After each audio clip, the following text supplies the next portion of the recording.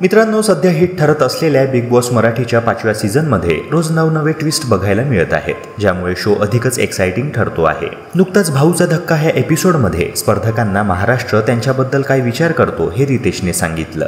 घरातील सर्वात कमजोर खेळाडू प्रेक्षकांच्या मते दोघे जण आहेत आणि ते म्हणजे वैभव आणि घनश्याम। मित्रांनो, जर तुम्ही हा शो चांगल्याने फॉलो करत असाल तर ही गोष्ट तुम्हालाही नक्कीच पटेल, कारण हे दोघे जण जणू नावापुरतेच शोचा पार्ट आहेत। छोटा पुढारी नावाने फेमस घनश्याम दरोडे शो मध्ये पार्टिसिपेट होण्याआधी त्याच्याकडून फार अपेक्षा होत्या, मात्र त्या अपेक्षांचा भंग झाल्याचे दिसून येत आहे। तो इकडल्या गोष्टी तिकडे करताना निक्की तांबोळीच्या अवतीभोवतीच फिरताना दिसला। त्याला इतर सदस्य सहज इग्नोर करताना म्हणजेच महत्त्व देतानाच दिसत नाही। त्यानंतर वैभव चव्हाणची देखील काही वेगळी गत नाही। रांगडागडी म्हणून त्याची शो मध्ये एंट्री झाली, मात्र आता तो गद्दार हा टॅग घेऊन फिरतोय।